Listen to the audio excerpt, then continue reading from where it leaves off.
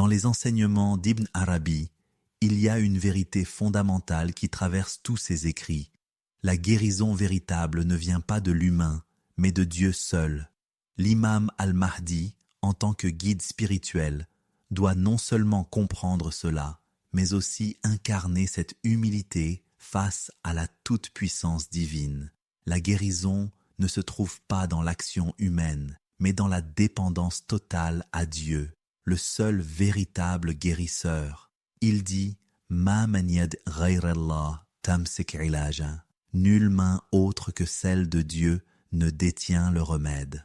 Dans ce passage, Ibn Arabi nous rappelle que tout remède, qu'il soit physique, spirituel ou moral, appartient exclusivement à Dieu.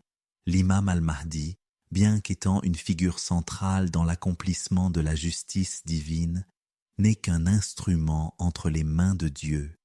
Il ne détient pas le pouvoir de guérir par lui-même, mais est un réceptacle de la sagesse divine. Ma min yad ghayrullah, nulle main autre que celle de Dieu. Cette phrase insiste sur l'unicité de Dieu dans la capacité à guérir.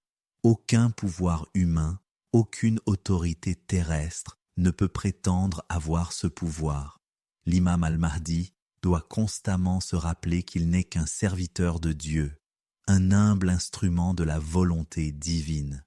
Tamsik ilaja détient le remède. Le remède ici fait référence à la capacité de guérir, non seulement physiquement, mais aussi spirituellement. Cela souligne que tout ce qui concerne la guérison, que ce soit de l'âme, du corps ou du cœur, vient de Dieu seul, et que même l'imam al-Mahdi, en tant que guide spirituel, doit se soumettre à cette réalité.